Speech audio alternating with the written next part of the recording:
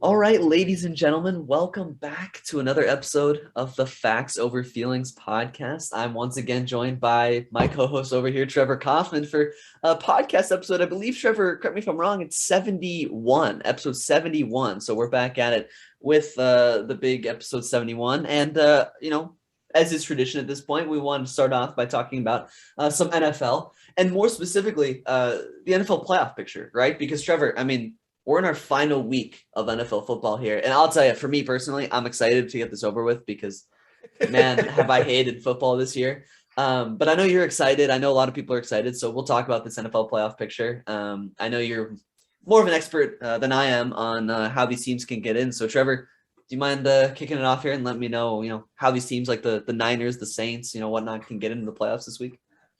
Yes, Ryan. So some of the scenarios are a lot simpler than others, but first I wanted to talk about why I brought out Kurt Warner I forgot, it's like a Shkushkadal form, I think is what it is. I brought this guy out in 2009 when the Cardinals made their Super Bowl run. I'm bringing him out again. This is good luck. And let's hope for a really long January full of Cardinals football games. Now, That's after good. getting that over with, I do want to talk about some scenarios because there are three teams currently not in the playoff picture that can make the playoffs. So I'm going to run through these real quick, Ryan. I'm going to start with the New Orleans Saints because they have the easiest / most likely scenario to get them into the playoffs. All they need to do is win, and the San Francisco 49ers lose, and the Saints are in the playoffs. For the Steelers, they have to beat Baltimore, and Jacksonville has to beat Indianapolis. And I don't even know if it's worth going through the Baltimore scenario. Baltimore has to win on Sunday. Jacksonville has to beat Indianapolis. New England has to beat Miami, and Las Vegas has to beat the Chargers. So for the Look, Ravens, it's more than likely they're not going to be playing a postseason, but their game does matter. And at least they will be gunning for a potential playoff spot. The one thing I want to talk about that could be really interesting and that could make Week 18 quite hectic is if Jacksonville were to pull the upset on Indianapolis. Just there's because I'm sure everyone's seen it by now on Twitter. If Jacksonville wins, the Chargers and the Raiders both make the playoffs with a tie. So the interesting thing is there's now the conspiracies going around. Do the Chargers and the Raiders just play for the tie? Do they kneel down the whole game and play for the tie and they both make the playoffs, right? That's all predicated on this Jacksonville Indianapolis game. Also, obviously, if Jacksonville beats Indianapolis, Pittsburgh and Baltimore now have a realistic shot at making the playoffs. So I think this game could be very interesting. Jacksonville has won 5 of the last 6 home games against the Indianapolis Colts over the years. Upsets have happened. Crazier things have happened. I think Indianapolis is going to win this game fairly easily. But look, Jacksonville's playing with house money. They can play spoiler on Indianapolis's season. And I really think Week 18 could turn into a crazy, crazy week if this game were to go for the Jacksonville Jaguars.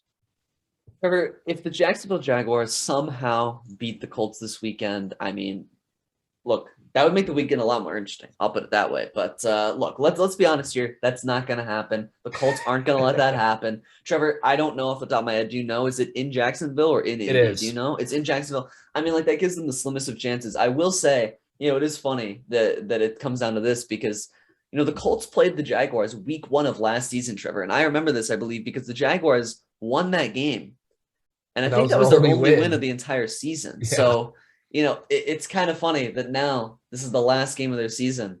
And a lot of teams are relying on them to win that game. But unfortunately, they are in absolute shambles. And every time I look at my Browns and I think, man, we're a struggling organization, I go and look at Jacksonville and I'm like, well, at least we're not them. So, wow, what an absolute mess, an absolute travesty. But they're not gonna win that game. So I don't think it's worth talking about too much. For me, Trevor, about all these playoff teams who are borderline, I don't really have too much to say other than, I mean, I was talking to you a little bit off the air about the Raiders, and what a crazy, it'd just be crazy if the Raiders made it in, Trevor, because as I told you off the air, their point differential is minus 68, almost minus 70 on the season. That's Wow. that's kind of crazy. And to be 9-7, potentially 10-7, if you make the playoffs, right? Because it's winner take all basically between the It Chargers and the is. Raiders. I mean, that would just be kind of crazy, to have that big of a point differential and to make the playoffs. So, that'd just be kind of a wild thing. For me, Trevor, if I had to bet on it, the easy one is the Chargers, and the Colts. I think, Trevor, those are the easy teams to get in. I don't think the Steelers are making it, Trevor. I don't know if, how hard it is for them. I don't really recall, but they need to win and they need Jacksonville to win. Yeah. Okay. So again, I don't think that's happening. On the off chance it does, I'm going to be kind of angry because Pittsburgh's terrible. Big Ben's not good. That offense is, I don't think it'd be so annoying because I don't think they're very good. But regardless, I think the Chargers are going to pull it out. I would say that the Colts should also pull it out as well. I wanted to talk about the NFC for a second. Trevor, I think that for me, the Niners could easily not make it, but I'm sure almost everyone in the playoffs, Trevor, is rooting for the Niners to not make it. I'm sure literally everyone would rather play the Saints. Would you tell 100%. me you're telling, yeah, exactly. So you're telling me anyone would rather play the Niners and the Saints? No way. So if I'm anyone in the NFC, I'm pulling for the New Orleans Saints to make the playoffs here. But I don't know. I think it's going to end up being San Fran. I hope it's San Fran because I think that'll make the playoffs a lot more exciting. Trevor, do you know what the seed will be if the Niners were to make it? Do you know off the top of your head, or is it kind of still up in the air? So there's two ways San Francisco makes the playoffs. Okay. New Orleans loses or they win. If they win, they will be the 6th seed. Okay. If they lose and New Orleans loses, I think it would depend on the Philadelphia game, but they would either be 6 or 7, the 49ers. Okay. But if the 49ers win this weekend, they'll be the 6th seed. Okay, so then they would end up playing the 3 seed, Trevor, which would be maybe the Cardinals? It could be the Cardinals. So in that scenario, if the Niners were to beat the Rams and the Cardinals were to beat the Seahawks, it would be the Cardinals unless the Tampa Bay Buccaneers also lost. Then it would be the Tampa Bay Buccaneers, and my Cardinals would be the 2 seed. Okay, so look, there's a lot of moving parts, but at the end of the day, right. If I'm any team here, I would much rather face, the Eagles. I'd much rather face the Eagles in the playoffs 100%. Than I would the Niners. So, I think everyone's kind of pulling to face the Eagles here.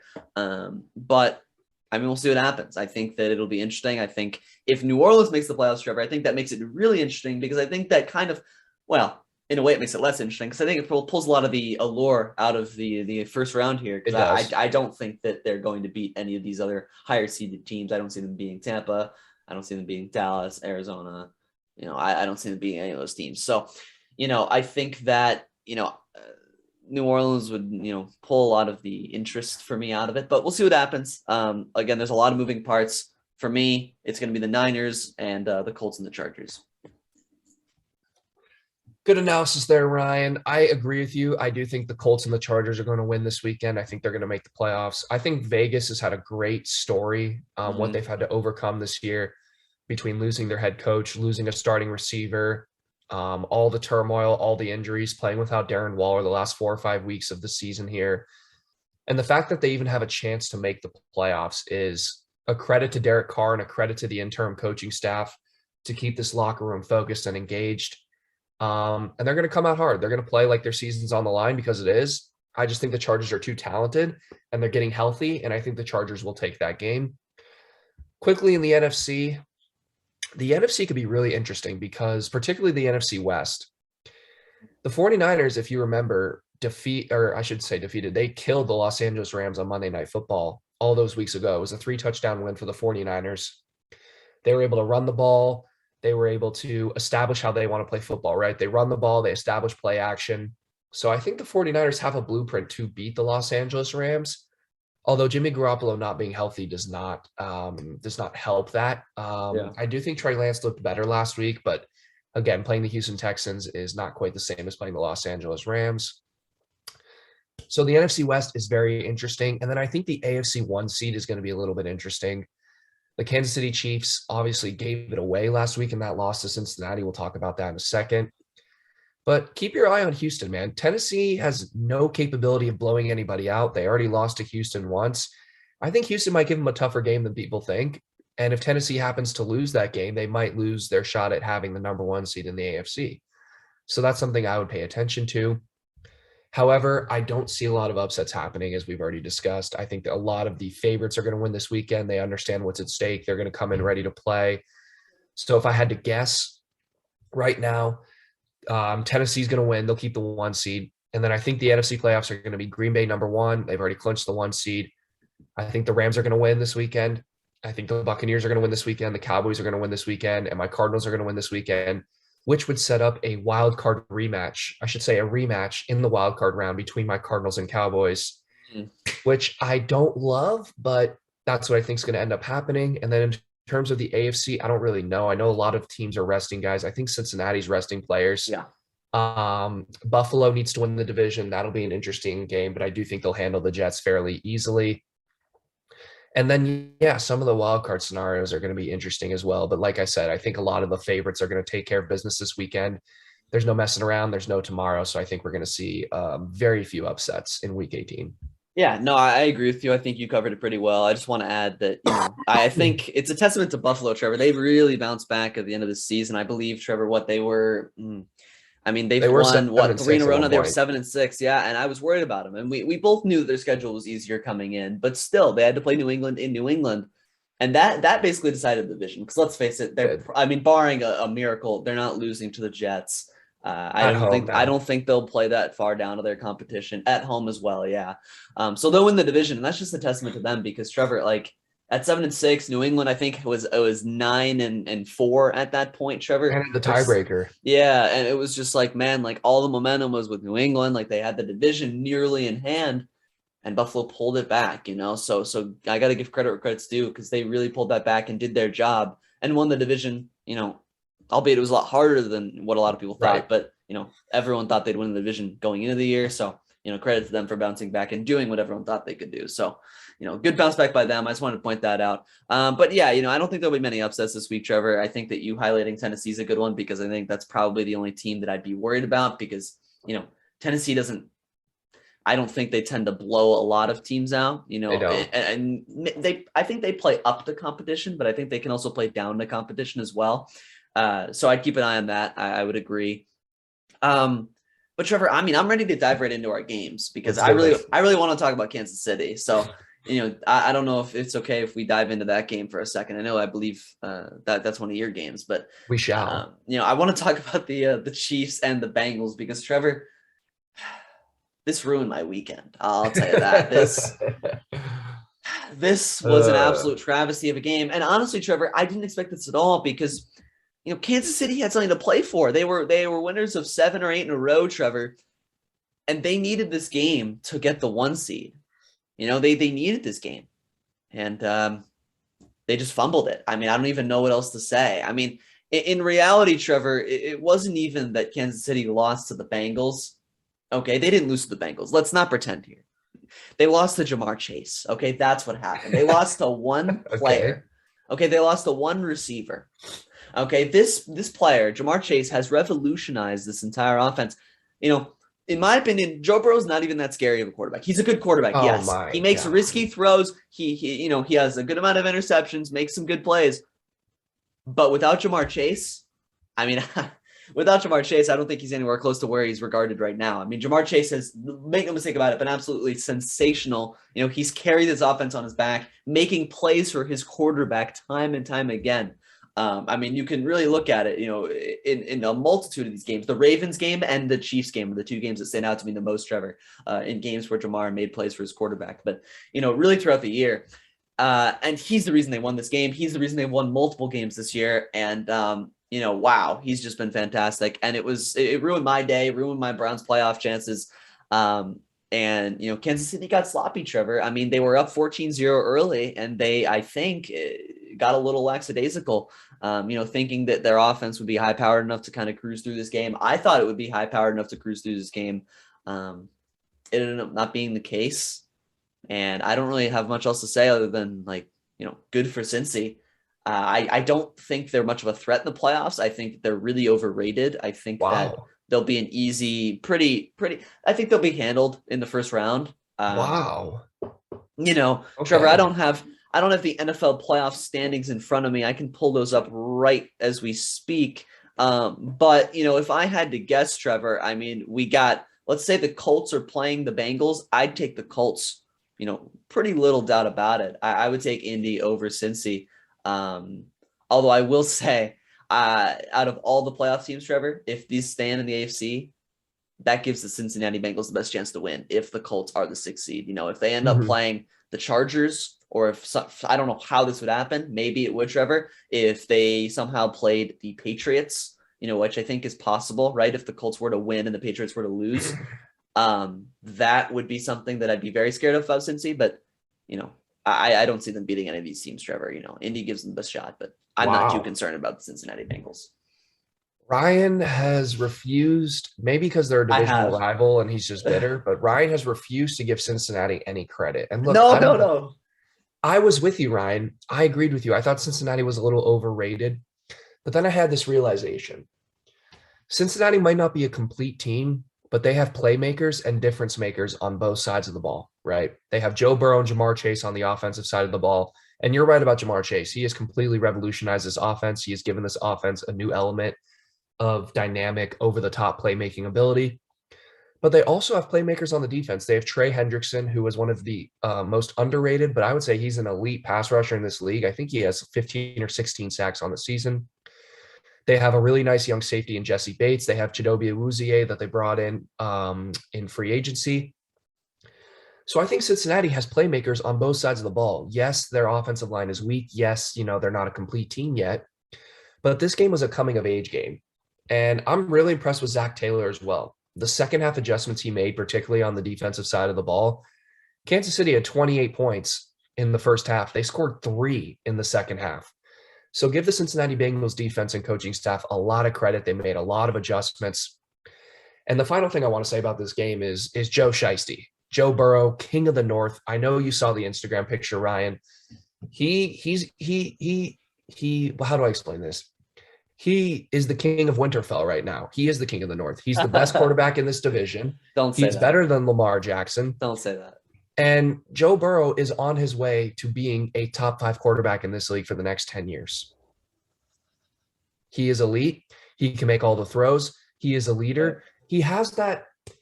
He's what Baker Mayfield wants to be. He has that cool, cocky confidence that everybody kind of feeds off, but he actually backs it up with good football on the field. He and Jamar Chase have completely changed the Cincinnati Bengals franchise. This franchise was a dumpster fire before they drafted Joe Burrow and before they drafted Jamar Chase. These two guys have completely turned it around, and I want to give Cincinnati a lot of credit. And unlike you, I think they can win a playoff game. I think if they get the Colts or the Chargers, they can win that game. I think the worst matchup for them would be New England. I think New England's the only team that I would bet on against Cincinnati in this scenario. I just think the Bengals have too much confidence, and Joe Burrow is just playing too good right now. Trevor, look, I have a few things to say about this. Like, first of all, you say he's everything Baker Mayfield wants to be. Look, Baker Mayfield was trash this year, make no mistake about it. But, if you look back just to last year, this is exactly the position Baker Mayfield was in. The cocky guy who he led his team, make no mistake about it. People forget. I forget. We have short-term memories, right? But let's not forget, Baker Mayfield played some great football at the end of last year and led his team into the playoffs, won a playoff game. The Browns were in this position with Baker and with, a fully functioning offense this time last year. So, I'd say that they've both kind of done similar things. But look, Trevor, the other thing I want to say is you think Joe Burrow's close to a top 5 quarterback in this league? I'd say I wouldn't even put him in my top 10. Well, maybe low end top 10. He will be top 5 in about 2 years. Look, maybe he will be. I can't say for sure that he won't be, but I do want to say that, I think right now, if I had to say, he's a little bit closer to an Eli Manning than he is to, Eli's big brother Peyton. If I had to say, he's just, look, here's the thing. I'm telling you, you take Jamar Chase off the team, and granted, you could do this with almost any quarterback, right? But, I think that Jamar Chase an elite wide receiver made a lot of plays after the ball was caught for Joe Burrow, as opposed to, Joe Burrow getting him the ball, all the way down the field, right? So there's been a ton of plays throughout the year where Jamar's made plays after the catch. I think there's some of both for his quarterback. Yeah, sure, there's some of both. I'm just saying I think that Jamar is inflating Burrow as opposed to Burrow inflating Jamar. I think Jamar has elevated Burrow's play as opposed to Burrow elevating Jamar's play. That's just my opinion. And I think that happens with a lot of quarterbacks. You know, I'll generalize this with most quarterbacks. You got a strong receiver like Cooper Kupp, right? You know, Cooper Kupp throughout the year, Trevor, has probably covered up a lot of Matthew Stafford mistakes. And look, Agreed. I've been critical of Stafford this year because I think people are overrating him in the national media, and deservedly so, right? He struggled the last month especially. But Cooper Kupp is a sensational receiver, and he's probably and definitely has covered up, you know, a good amount of Stafford's errors. So, or, you know, average play maybe. So, you know, I think that's kind of a broader point. But, you know, look, we'll see where Cincy goes, Trevor. You know, I'm definitely lower on them than you are. I wouldn't be afraid of playing them in the playoffs if I was any of these teams. But, you know, hey, Jamar and Burrow could go crazy and they could go on a run. I mean, you never know. Like, they do have that potential, no doubt about it. I just don't think they can in the playoffs. You know, defenses tighten up. Generally, I think that, you know, colder weather, I think that it'll be a little bit lower scoring. And I think that first time in the playoffs, I'm not going to bet on them. Fair enough. And for Kansas City, I think their old defense came back to play. They weren't able to tackle. They weren't able to cover Jamar Chase, like Daniel you said, Sorensen. Ryan. And that's a little bit of a concern. Now for the Kansas City Chiefs, they're probably not going to get the 1 seed in the AFC. They're not going to get that week off. They're not going to get full home field advantage unless somebody were able to upset Tennessee, which is very possible, albeit. But I think this was a pretty big loss for the Kansas City Chiefs. And I think people underestimate the importance of getting that bye. So for Kansas City, you know, you're going to probably have to play 3 playoff games now to get to a Super Bowl, which is something Mahomes has not had to do yet. So we'll see how this affects them going forward. But with that being said, Ryan, I know I'll hand it to you here. We're going to talk about the Browns. This is their funeral for 2021.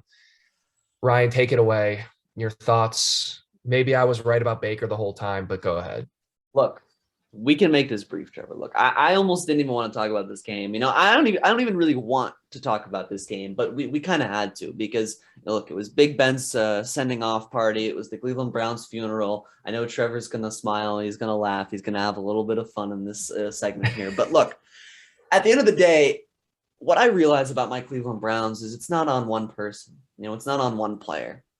But I came to the realization of a couple of things on Monday night. First off is that, you know, people are blaming Kevin Stefanski too much. You know, okay. I'm looking at these games, Trevor, and sure, he's running empty sets. That might not be the best choice. You know, you know, when you have a couple of Pro Bowl running backs, you know, and a struggling quarterback, you know, he's putting Nick Chubb on the sideline for a few plays. That might not be the smartest decision given how good he is, right? But look, I've seen countless plays since Monday night, Trevor, where the receivers have been schemed wide open. And I showed Trevor some of these, just a few. These receivers are wide open out of their breaks, and the quarterback, Baker Mayfield, isn't throwing the ball. And I'm sitting there watching the game, and granted, I didn't watch the entire game because I couldn't stand it, Trevor, but he's pump faking the entire time. It's like, no one's falling for your pump fakes. We get it. You have no confidence. And therein lies the issue. He has absolutely zero confidence in throwing the football right now. I mean, whether it has to do with his brace and his shoulder, whether it has to do with just, you know, just mentality in his head, whether it's a combination of those things, I don't know. You know, but he just has no confidence, and so he's not throwing the ball to open receivers.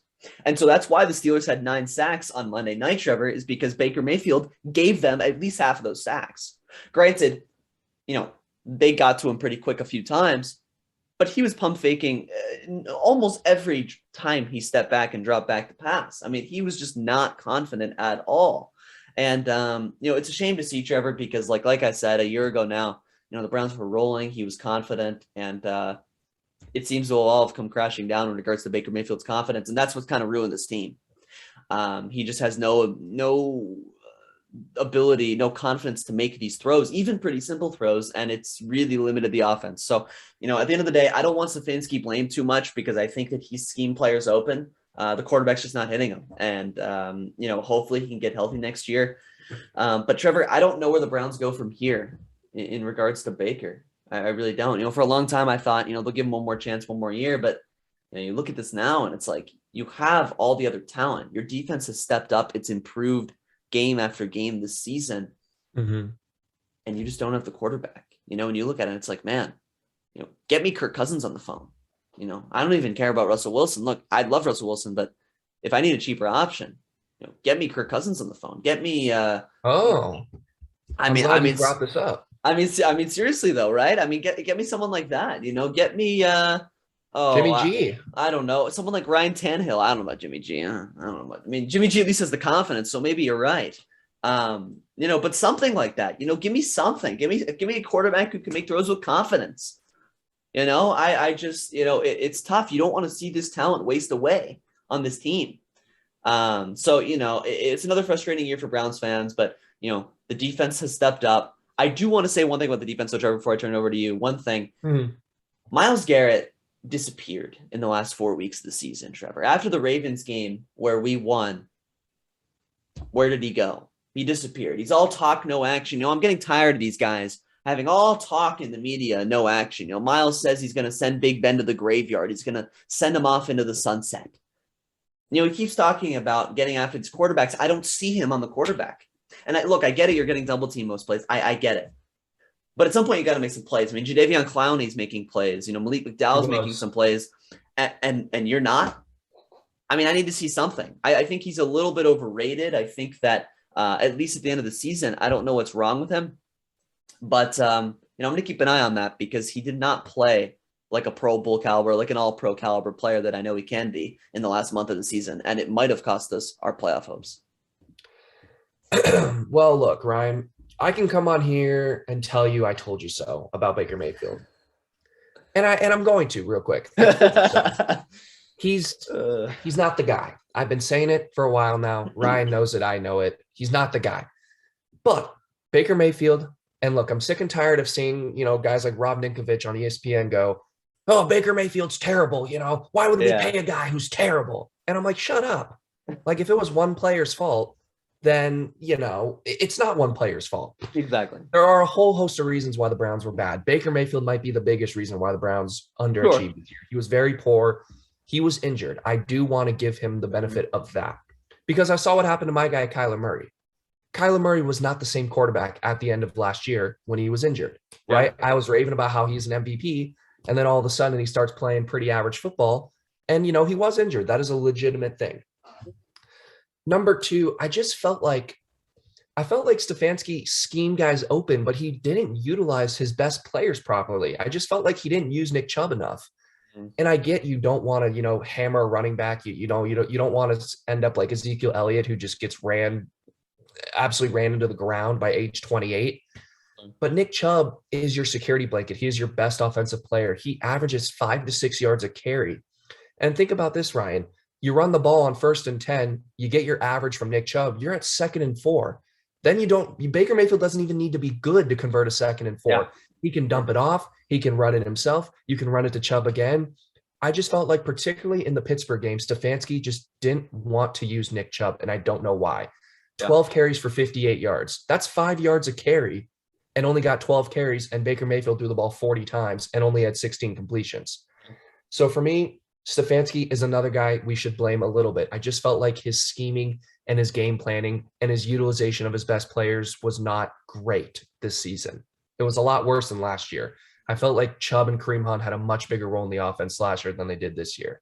Yeah, now, Kareem Hunt and Chubb were both hurt this year, so that's understandable. But especially Kareem. Still.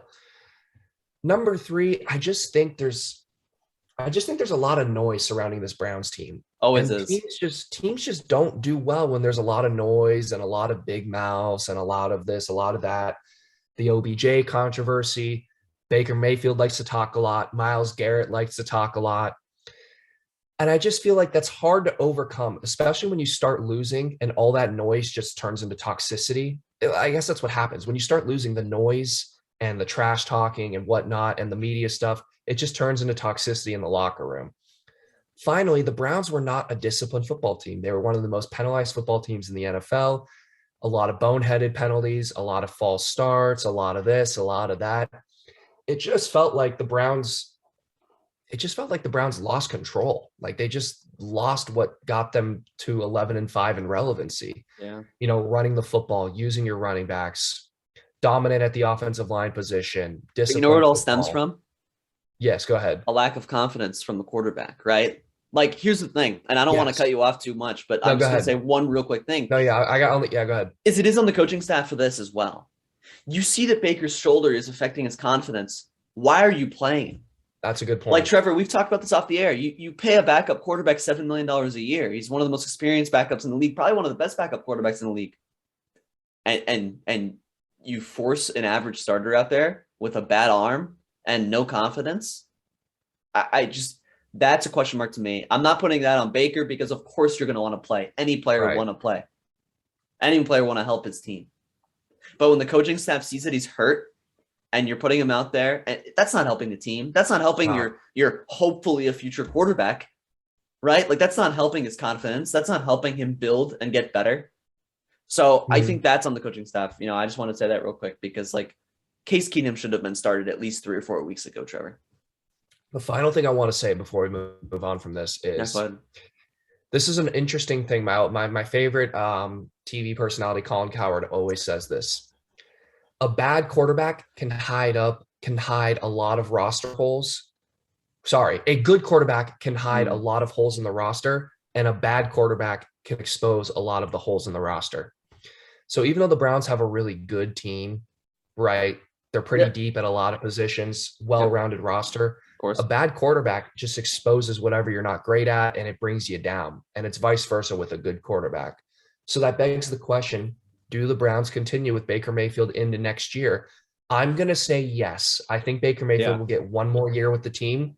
I don't know what his I believe it's a team option, if I'm not mistaken, Ryan. Yeah, I believe he's got one more. Yeah. I think they're gonna give him one more year. And if he doesn't win the division next year, if he doesn't lead this team to 11 or 12 wins, I think they're going to move off of him. Kirk Cousins is under contract through next season. I wouldn't be surprised if the Browns went after a guy like that next offseason. Or maybe they make a move for Deshaun Watson. I wouldn't advise that personally. I just think there's a lot of uncertainty surrounding him. Yeah. But I think the Browns are going to give Baker Mayfield one more year. Right. They won a playoff game with him last year. He wasn't healthy this year. I think he gets one more shot.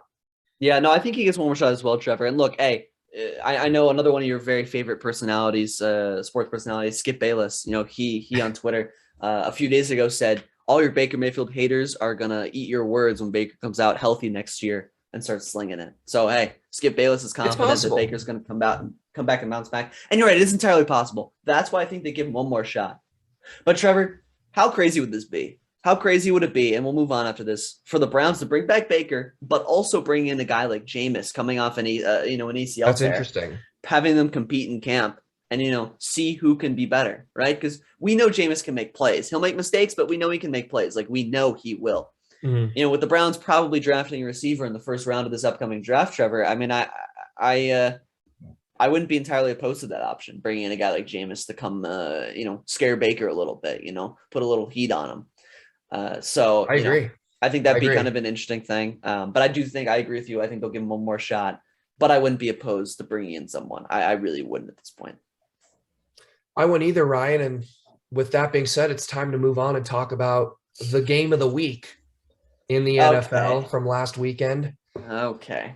Ryan, before I let you give a little analysis on the Cardinals-Cowboys game, I just have a few words for you.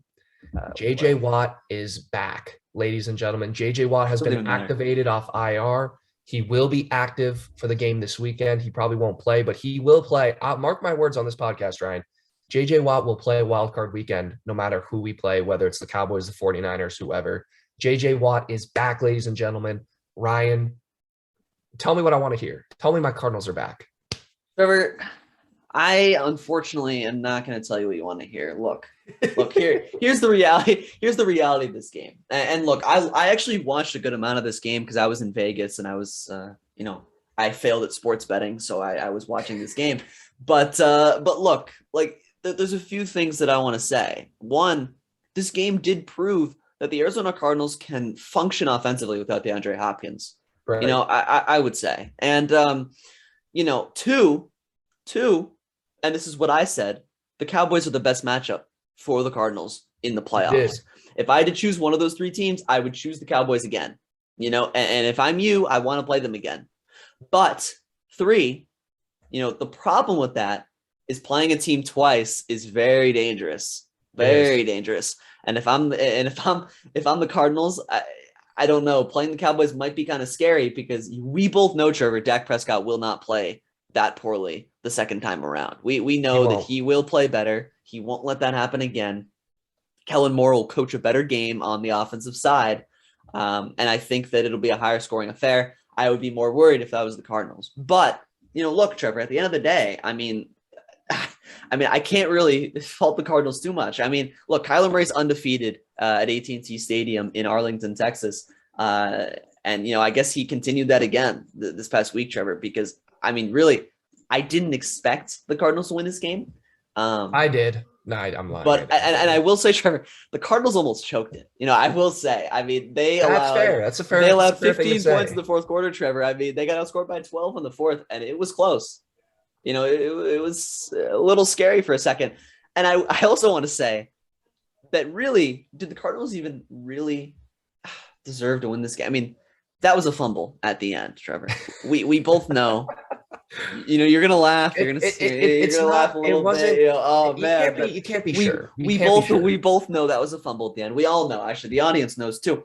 This is a fumble at the end of the game by the Arizona Cardinals, and they got away with one because the Dallas Cowboys didn't have any timeouts.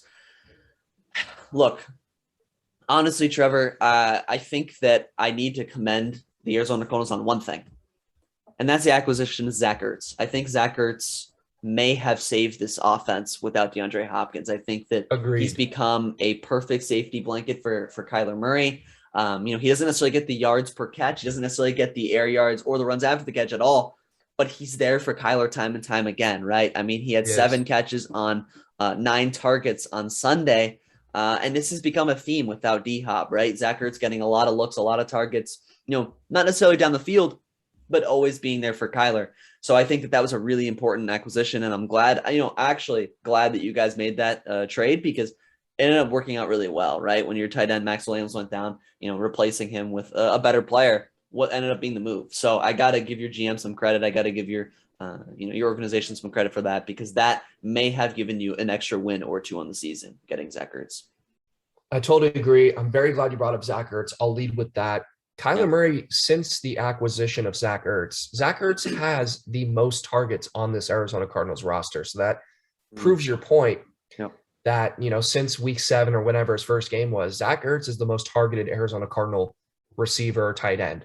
So very glad you brought that up. That's a great point. I do think Zach Ertz is an excellent security blanket veteran tight end for this offense. Now to the game. And this game was refreshing because it was just nice to see my old Cardinals again.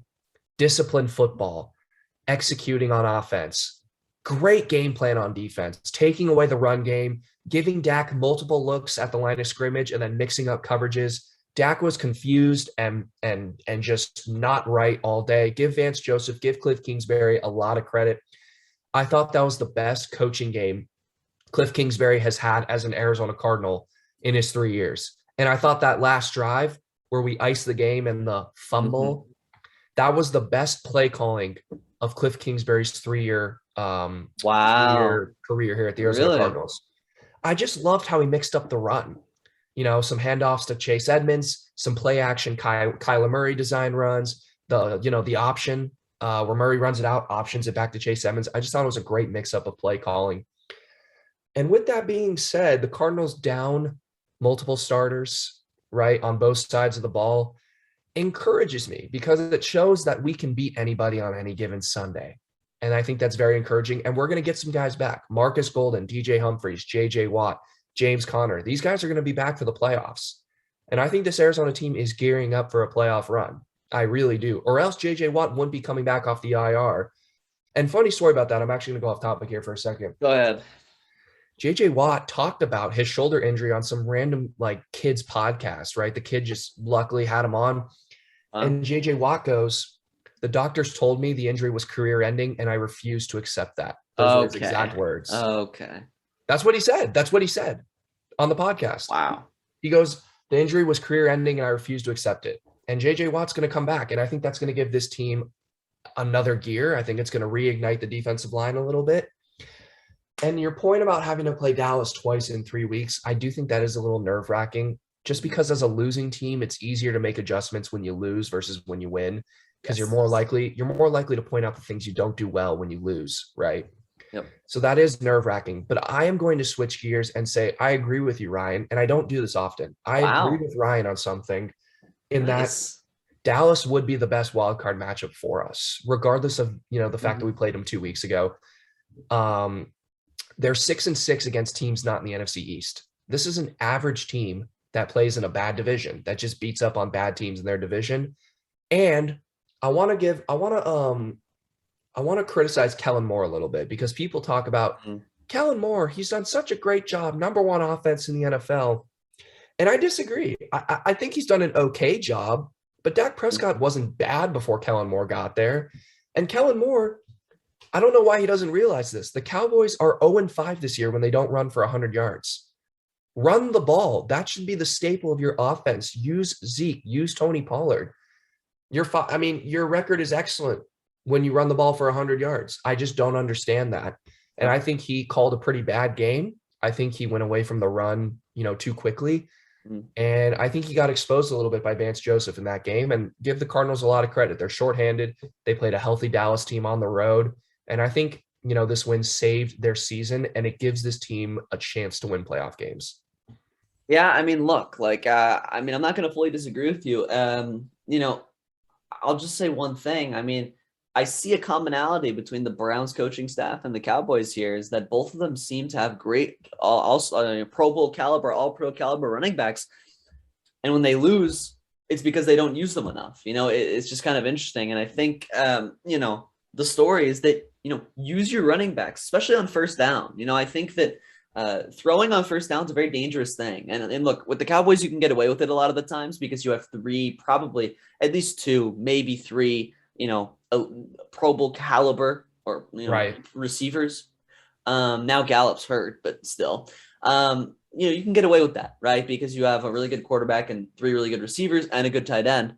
But, if you don't get that, you're sitting at 2nd and 10, Trevor, and you're just, that's a tough spot to be in. 2nd and 10 is a very tough spot, because if you run it, it's fairly obvious. And then if you're stuck with a 3rd and 8 or 9, you're in big, big trouble. And then if you throw it again, you run the risk of again just having another 3rd and long. So, 2nd and 10 is one of the worst spots to be in football, Trevor. I really don't want to underplay that. I think that, so I think at the end of the day, you bring up a good point. Not running, and especially not running on first down, is something that, is a mistake. And I want to say, Zeke had 9 carries, Trevor, for 16 yards, which is terrible, right? Yes. So I get going away from that a little bit, but you have another guy back there. His name's Tony Pollard. He's good. And he's been the Kareem Hunt to Ezekiel Elliott's Nick Chubb this year. He's been absolutely fantastic in both the running and the passing game. He's been really good, and he was hurt for a couple of weeks, but he's been really, really good outside of that, those injured weeks. And I think that he was underutilized this week. I think that he should have been run more. I think that he needs to be on the field more. And I think that when he's not used enough, especially when Zeke's struggling, I think that that's what spells disaster for the Cowboys. I think that you need to utilize both running backs, keep them both fresh, keep the defense on their toes, 2 different running styles, right? I think that all of that adds to, the offense. So I think that using both of them is important, not only running consistently, but using both of your quality running backs. Good points there, Ryan. And unless you have any final thoughts, I think we can move on to a little NBA discussion. I know Ryan was eager to get off the NFL. It's just too depressing when your team isn't making the playoffs. Ryan and I have one team in mind that we each want to talk about here today. I'm going to start with your team, Ryan, the Memphis Grizzlies, who we have talked about a little bit. Yeah. But yeah, Ryan, if you have some thoughts on them, please share. Yeah, look, the Memphis Grizzlies are worth talking about for a few different reasons, Trevor. First, this team is playing absolutely sensationally, Trevor. I mean, let's make no mistake about it. I believe they've won 16 or 17 of their last 20, something around there. They've been absolutely fantastic, right? They've won 7 in a row. And a lot of this, Trevor, was without Ja Morant. Let's not make any mistake about it. We were talking about this just a couple of weeks ago, and we're like, are they better without Ja? And I remember saying, some players don't have as much of an impact on wins as others, and that might be true. But Ja certainly has not hurt their winning, Trevor. They have kept winning with him. They seem to fold him back in to their team, no problem. I got to give credit to Ja because, he heard the noise. I believe Trevor was the first or second game back from his injury, and he was getting booed, I believe, for Wow. having a bad game. And he got really angry. I believe he said he was going to take a break from social media after that because he was like, what do I have to do? I just came back from an injury. I'm trying to get my confidence back. And it Right. doesn't help when the fans are booing me my first game out, you know? And, I think that I got to give him and the team credit for, again, just like bouncing back, not missing a beat and, continuing winning. And look, Trevor, they've beaten some really good teams. They've beaten, I have. my Cleveland Cavaliers. They beat the Brooklyn Nets in Brooklyn, both of those games off of back-to-back. They beat the Phoenix Suns. This is all in the span of a week. I mean, they're winning some tough games against some good teams. So I got to give them a lot of credit. I do also want to shout out Desmond Bane because Trevor, look, I can't understate how good he's been this year. Plays 30 minutes a game, 46%, 47% from the field, 42% from three, 17 points a game. I mean, he is an absolute sniper from 3-point range, Trevor. He's been absolutely sensational. Any team would love to have him, any playoff team, because he can shoot from anywhere on the floor. Him and Jordan Poole have had similar seasons to me, Trevor. They both come alive as scorers, as bona fide scorers in this league. So I got to give him credit. He's been really, really good and stepped up big time. So I wanted to shout him out. And then, really, I don't have too much else other than I want to say Steven Adams, Trevor, has had an underrated impact on this team. And look, he only plays about 25 minutes a game, Trevor. But you want to know what he does? He gets offensive rebounds. This team, Trevor, is leading the NBA in offensive rebounds per game with about 14 offensive rebounds per game. That is a lot of offensive rebounds. It is. That's how they beat the Brooklyn Nets. That's how they beat Cleveland because they out-rebounded them on the offensive glass. And a lot of that's because of Steven Adams. I think he has about 4 or 5. Yeah, he has almost 5 offensive rebounds per game just by himself. So, he's an absolute animal on the offensive glass. And, credit to the Grizzlies because, Trevor, I remember when they did that trade. Remember when they got Steven Adams and they gave up Valanciunas?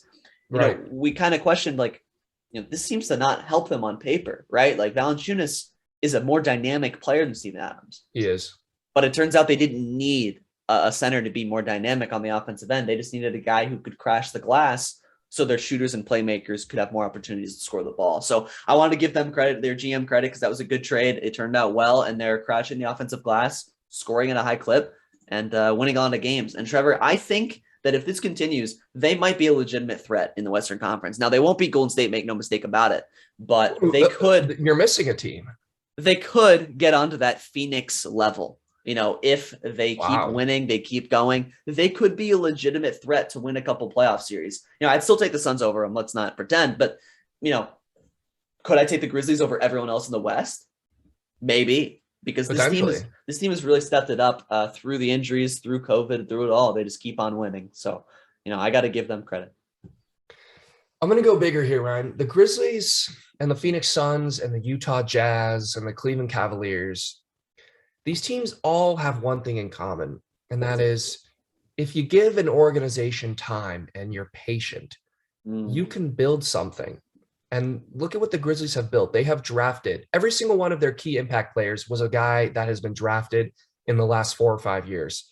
John Morant, Dillon Brooks, Desmond Bane, Jaren Jackson, Brandon Clark, Kyle Anderson.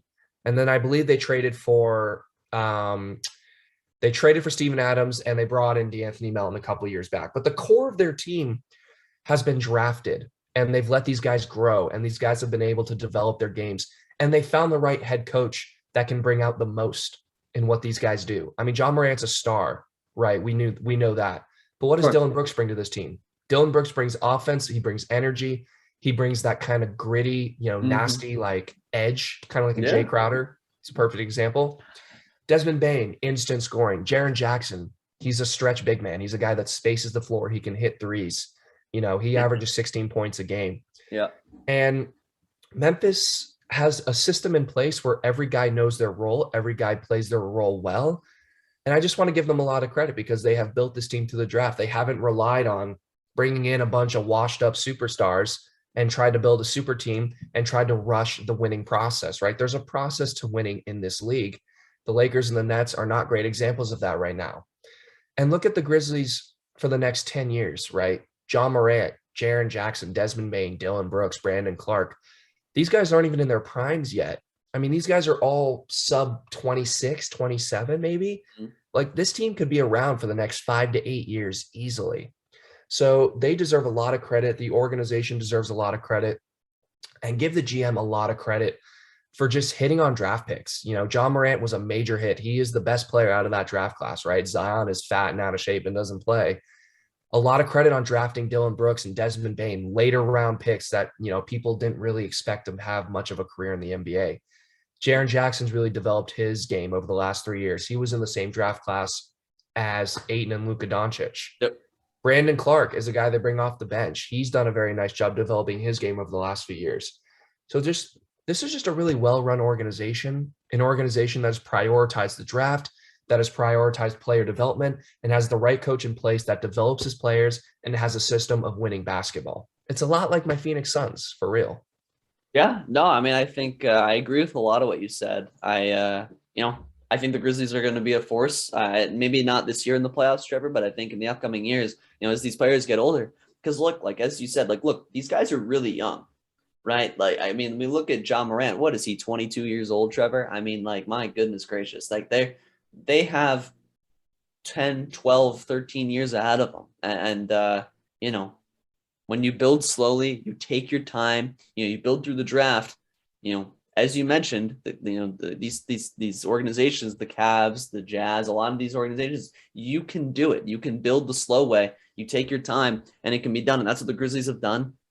And it'll be interesting to watch. Interesting to see if they can keep this going. But Trevor, I think I'm good talking about the Grizzlies, and I kind of wanted to move on to your team. And this team is the polar opposite of what I was just talking about, Trevor, with the Grizzlies. This is a team, Trevor, that is struggling and is playing far below, or at least substantially below, our expectations for this year, Trevor. So what is it about the Boston Celtics that intrigues you here? Ryan, they just don't have I don't know what they just don't have they're just not a very deep roster. I don't think a lot of these guys that they were hoping would become really good players have turned out. I mean, look, they have Tatum and Jaylen Brown and Marcus Smart, but outside of that, they have whiffed on a lot of draft picks recently. I mean, Romeo Langford, Grant Williams, Peyton Pritchard, Aaron Neesmith. They've just been whiffing on a lot of draft picks, and they haven't been able to build around Jason Tatum and Jaylen Brown, who are two all-stars. Look, Al Horford's a nice guy, nice player, but he's way past his prime. And they don't have a guard. Look, Dennis Schroeder's decent, but they don't have a true point guard. True. And I don't know, because it felt like Boston had the team like 3 or 4 years ago, right? When they had Terry Rozier. Yeah, you love Boston. Terry Rozier, Gordon Hayward, Tatum was a rookie, Jaylen Brown was young. It just felt like they had that team even without Kyrie Irving, and then they kind of blew it up, right? Yeah. And at the end of the day, losing Gordon Hayward and Terry Rozier have been huge losses for this organization. I mean, these two guys have been playing really good basketball in Charlotte, and Boston has gone backwards. And I don't know where you go to fix it. I would consider dumping a lot of these veteran guys on the roster, guys like Cantor, Al Horford, and Dennis Schroeder. Yeah.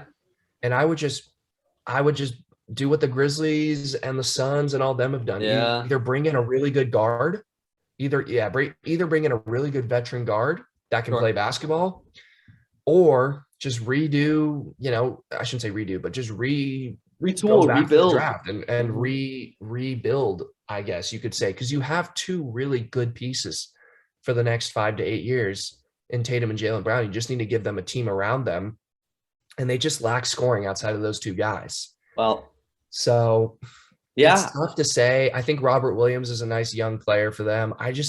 They've whiffed on a lot of draft picks, and they haven't been able to put the right team around their two superstars. And I just think that's why they're going backwards. I mean, look, you're 100% right. I couldn't get to this soon enough, because you're 100% right. I was talking to a friend of mine who's a Celtics fan just the other day, and I was like, outside of Robert Williams, when is the last time you hit on a draft pick? Right? I mean, you look at these players, and you're like you said, right. Grant Williams, Aaron Neesmith, Peyton Pritchard, right? I mean, you have Romeo Langford. I mean, like, these guys are all misses, like all of them. And it's just like, man, I mean, you have to hit. I mean, you have to hit on some of these, Trevor, and they've missed on most of their draft picks in the last 3 drafts, and it's killed them, right? It's killed their depth. They've had depth problems for 2-3 seasons now.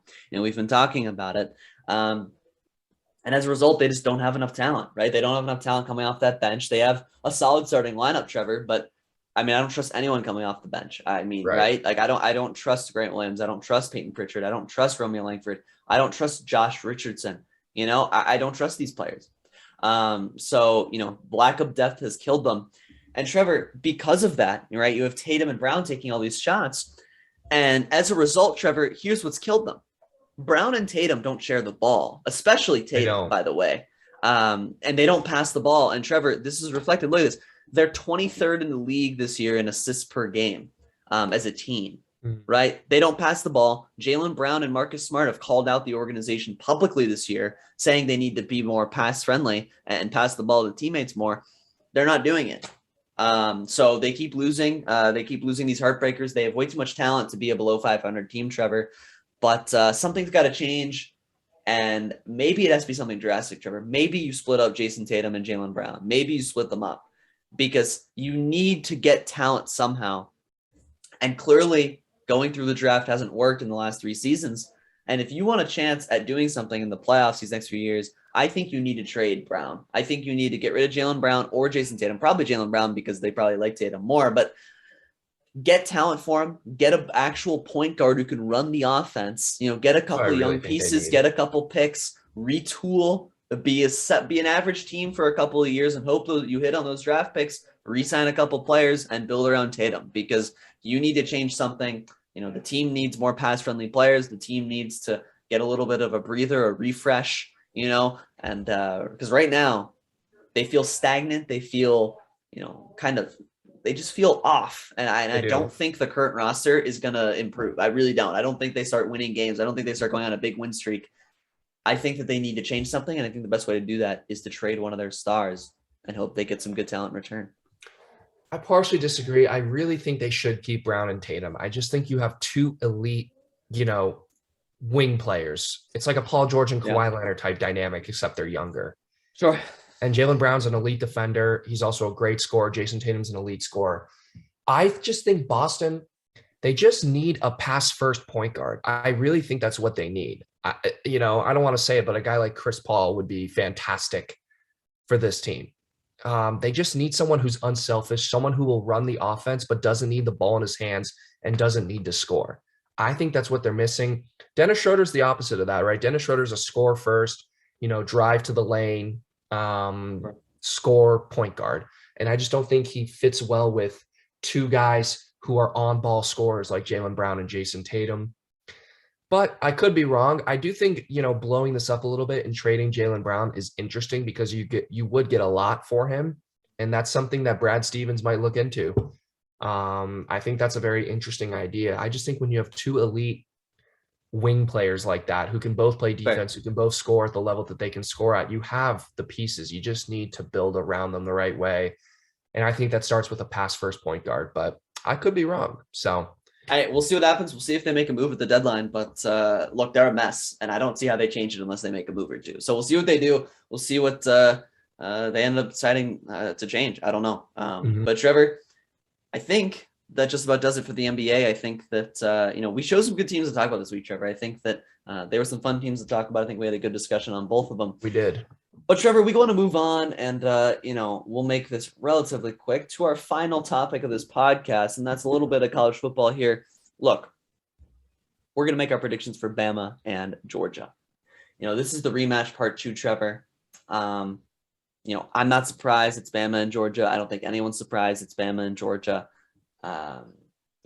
I give credit to Cincinnati for putting up a fight. I don't give Michigan any credit because they're terrible. I knew they'd get blown out. I told Trevor they'd get blown out, and that's what happened. But, Georgia and Bama back at it again. Look, at the end of the day, Trevor, I don't know about you, but I can't bet against Bama. They got a rolling offense. No John Mechie, so it'll struggle a little bit more. But they have Will Anderson on the defensive side, who is absolutely sensational, right? They have a defense that's almost as good as Georgia's.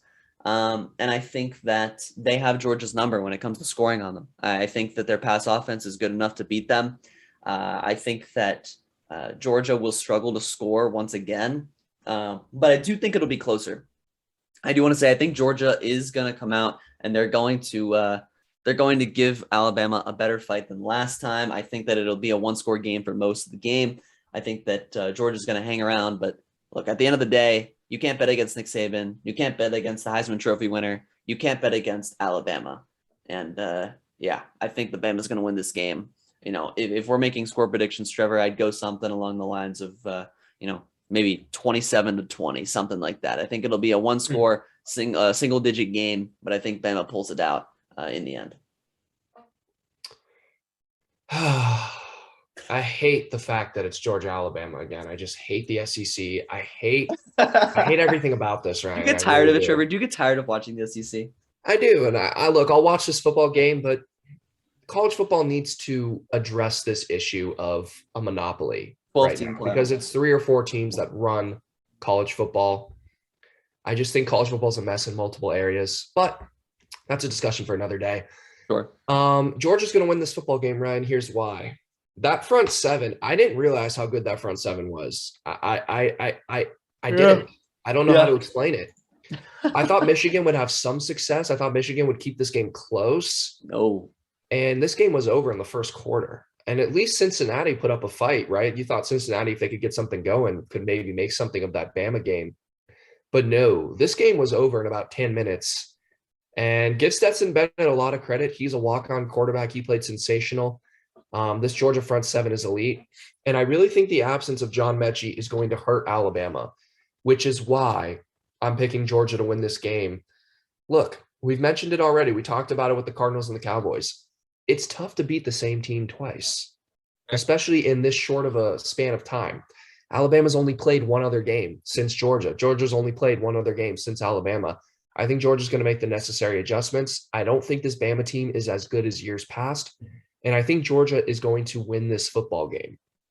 Now, it's hard to bet against Nick Saban. Nick Saban just always seems to bring out the worst in his competition. He knows. He's just a wizard. I can't explain it. Yep. But in this scenario, I think Georgia just has the team to beat him, and missing John Mechie's huge. I don't think people realize how big of a loss that will be. I think Georgia's going to win this football game 26-23. Similar scores. Low scoring, defensive heavy. I think, look, Georgia came out. I think that loss to Alabama kind of woke Georgia up a little bit. Probably. I just saw a different level of focus and intensity from Georgia in that Orange Bowl game, and they blew Michigan out of the water. And that's a good Michigan team. That Michigan team has 2 elite pass rushers and an elite running back and a good head coach in Jim Harbaugh. And they looked very pedestrian against that Georgia team on New Year's Eve. So I think Georgia is going to be, they're going to have revenge on their minds. I think they're going to be ready to go. I think they have the better roster than Alabama, and I think missing John Mechie could be the difference. So I got the Bulldogs 26-23 again. Look, you could very well be right. Look, I will say Georgia Georgia will play better second time around. I think we both know that. I'd personally be shocked if it was a blowout, right? Georgia's defense is not going to let them roll over them like they did last time. And let's say this, Trevor, they rolled over them being one-dimensional. They didn't run the ball against Georgia the first time around. As I said on the podcast multiple times, they were afraid to run the ball even when they were up by multiple touchdowns. Right. So they're going to be one-dimensional, right? Georgia knows they have to beat them through the air. So Georgia's going to key in on that. I think that they'll play better. I think one thing. Sorry, go ahead. I would say they're more confident, but go ahead. I was going to say the one thing they need to do a little bit better is they need to get more pressure on Bryce Young. I felt like Bryce Young was way too comfortable in that SEC championship game. I would look to see Georgia get a little bit more aggressive with the pass rush, and maybe that'll throw off Bryce Young a little bit, who is only a freshman. People forget this guy is so good, but he's only a freshman. We'll see. I think this will be a very, very good football game. It's the best national championship we could have hoped for this year. These are the 2 best teams. I hate to admit it. I hate the SEC, but it's true. These are far and away the 2 best teams. We saw it. 2 college football playoff games decided by 3 touchdowns. It was 2 blowouts. And it sucks because I was hoping both of those teams would lose, but college football, we got to fix this. Yeah, I think we can talk about this next week, Trevor, but just to say, I think that's an argument for an expanded playoff because you give those top 2 teams a bye week and you let the, if it's a 16 playoff, you let the 3 through 6 go at it. right? And I Yeah. think it's a much more competitive, It's balanced more of a game. playoff too than just kind of like Yes, 4 teams. exactly. So I think that, I think we can talk about this next week, Trevor, but I think this is a really good point, right? Because these games seem to always be blowouts in the semis, and it's not really that exciting. So hopefully, Mhm. they expand the playoff, make it a little more interesting, make the teams and the games more competitive. But look, we'll see what happens, Trevor. I'm excited to watch the game because it's an SEC game. Of course, they're always the best TV to watch in college football. But Trevor, until that time, I think that about does it for us on this podcast. I don't know if you have any shout outs before we wrap up. Um, I actually didn't come prepared with a shout out today, Ryan. I'm a little disappointed in myself. That's okay. Hey, we don't need a shout out. Shout out Baker Mayfield for proving me right. Also, I'll do that. I'll get that in. Okay. Yeah, okay. I'll shout out Klay Thompson for debuting against the Cavs. My boy, look, I get it. We're good. You need to come back and beat us. I understand. But we're going to spoil his return, Trevor. We're going to beat them in Golden State. You watch it, okay? Just watch. We'll beat Klay Thompson. Ryan, I want you to film yourself betting on the Cleveland Cavaliers in that game. You want me to take money line on the Cavs? You'll get good odds. I'll tell you, I'd get great odds. I would agree with that. But Trevor, look, we'll see what happens. That game's going to be on Sunday. So everyone tune in to Klay Thompson's return. But, until next week, we will be back with another podcast. But hope you enjoyed this one. And we'll see you then.